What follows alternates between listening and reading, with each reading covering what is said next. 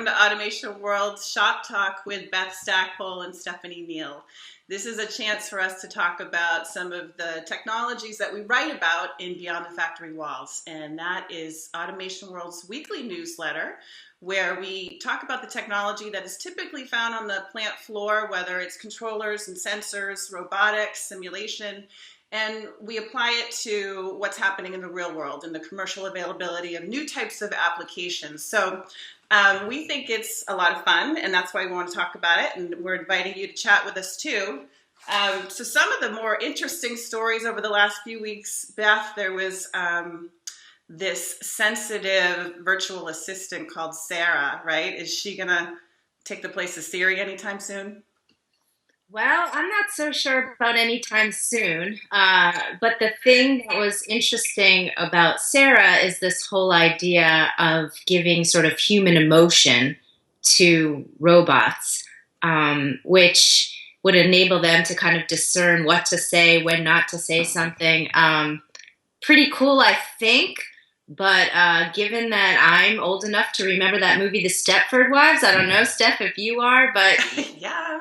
I'm not sure I'm ready for that kind of, human robot marching into our lives. Yeah, I kind of have to agree. I feel like it crosses a line a little bit right now. I mean, I think it's cool, the stuff that we can do with, injecting sort of emotion into the whole artificial intelligence domain. But I think I told you that I've been watching this HBO series Westworld, and it's all sort of this adult Disney world where all of the characters are actually robots, like robots. But the creator, who is Anthony Hopkins in the show, programmed this type of memory into the robots, and now they're starting to question their reality and starting to fight back. So that's sort of what, that's an extreme case, and that's a fantasy world, but really, like, we're playing around with all this stuff, and you kind of wonder where it's going to go.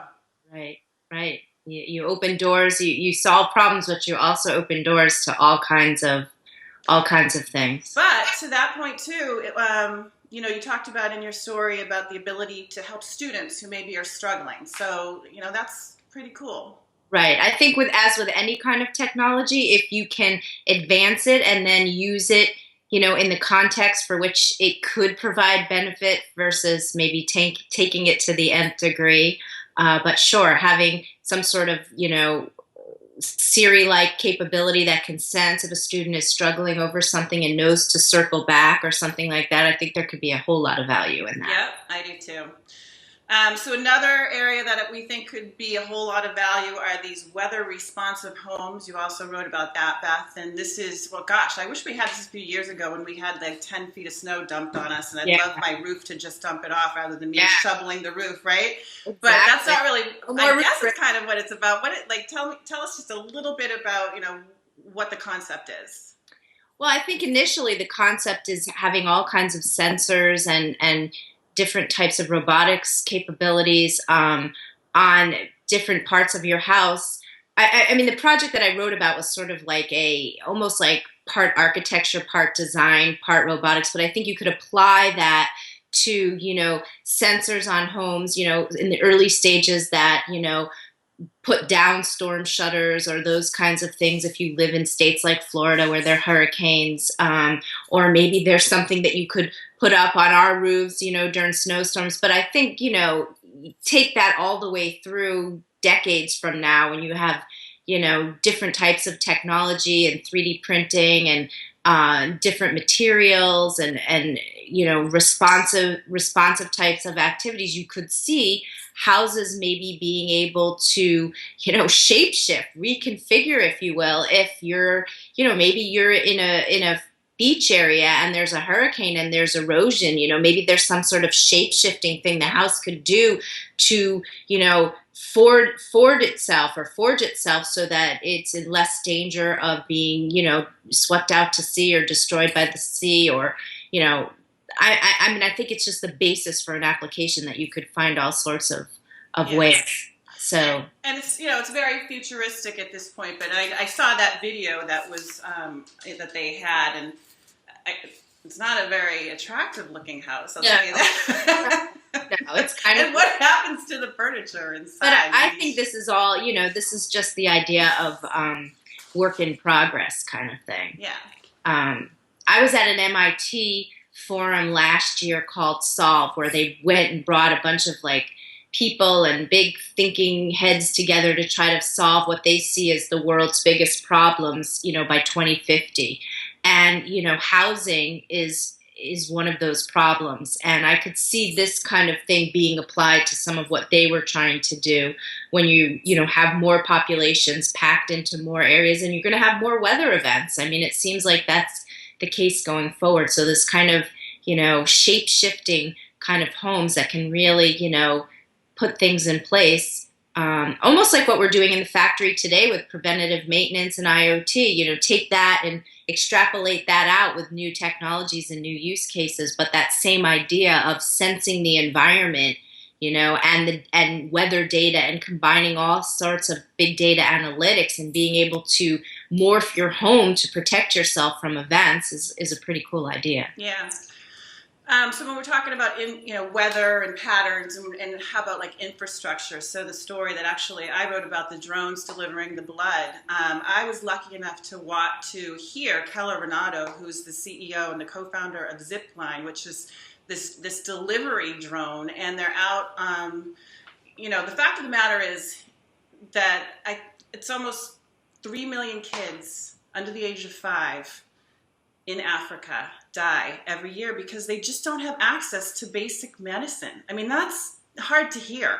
Yeah. And we have all this technology. So Keller came up, he's a scientist, he's a rock climber, he's young, he's got it all going on, and he went out and he made a deal with the Rwanda government where they've got some blood banks that are, set up in a very central location. And typically it would take, 4 or 5 hours for them to deliver blood to someone in need. Well, by that time, they've either passed or they're better. So it's a waste of time. So these drones sit like centrally in these distribution centers. They get a text saying, we need it. They load it up. It flies off on its pattern with its GPS and knows exactly where it's going, drops it with a parachute. There's the blood where it needs to be. And then the drone flies itself home and lands on what is sort of like a bouncy house pad with, the way they set it up to protect it because it's pretty fragile. But God, they're saving lives. They're doing a lot of great stuff. It's kind of like the Amazon model that they've talked about for delivery. It's kind of that same type of concept, but really, applying it to humanitarian type need. Yeah. That's amazing. And I'm hoping that it can come to the United States. There's still some regulatory issues that they have to get over. I imagine. Yeah, airspace issues. But, think about all the rural areas, the isolated areas that this could really help. So, if we can deliver packages from Amazon, we can deliver life-saving medicine. Right. In a weather catastrophe, if there was, yeah, washed out by a hurricane or something. Yep. So that goes into your police drone story.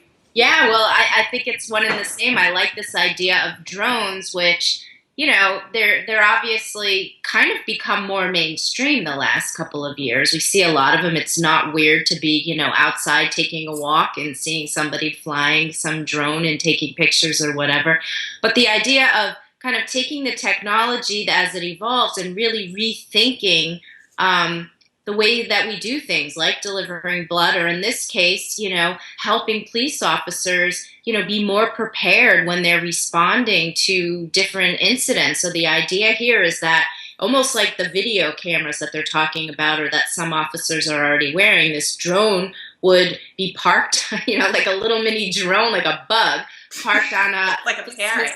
Yeah, shoulder, and they are having a stop, or there's some sort of incident, and they, with GPS and everything you were talking about, send the drone up ahead to kind of, do recognizance on the situation. And there's a camera, and it comes back maybe on an iPad or something that the police officer has access to, maybe their phone, and they can see what's going on. So it mitigates some of these, surprises that can happen, that can lead to really bad situations. So I think it helps in safe policing. Yeah. They were talking about having it be used to find, children that might be lost in a crowd at a large, venue, all that kind of stuff. So I love I love sort of this idea of taking a technology that's becoming more mainstream, yet finding sort of quirky, non-mainstream ways of applying it. Yeah, yeah, I love that too. Moving on. You're next. To this one, which we both don't love so much. Trust me out. The edible package. Yeah. Yeah, kind of gross. So, it's a protein-based film that you can put over your cheese and you can eat it. So here's the thing. It's supposed to keep the food longer, better. It's biodegradable. You're not going to have this waste, building up around us. It's just going to fill up your tummy if you want to eat it. But you know what? If you're eating these single slice orange cheese pieces, you might as well eat the package. You don't care what you're eating if yeah.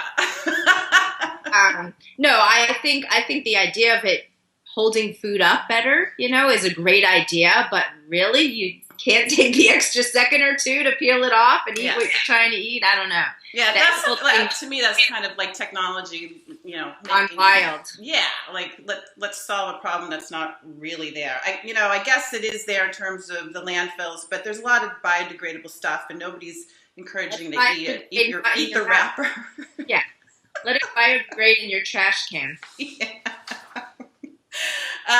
And then, let's wrap it up with the water seer. You love this one, and this is a technology that's solving a real world problem, right? And it's something where the fact of the matter, most of the water in the world is undrinkable or inaccessible. So Crazy, I didn't know that. Goes out into some remote area, no electricity required. You dig a hole, it has like a turbine, and it collects some condensation, puts it into a basin in the earth, where it's cooled and turns into water and can be pumped out, and it's going to solve a lot of problems. Do you know how long it takes to produce the water? You know what? They're still testing it. I don't know how long it takes. But they've got some field tests with the National Peace Corps, and they're hoping to generate enough water for an entire community in developing countries. I don't think it takes a long time. I think, once it gets going, it's automatically churning out water all the time, right? So it's just a matter of getting it up and running. But gosh, that's a good one. That's a real good one. Yeah.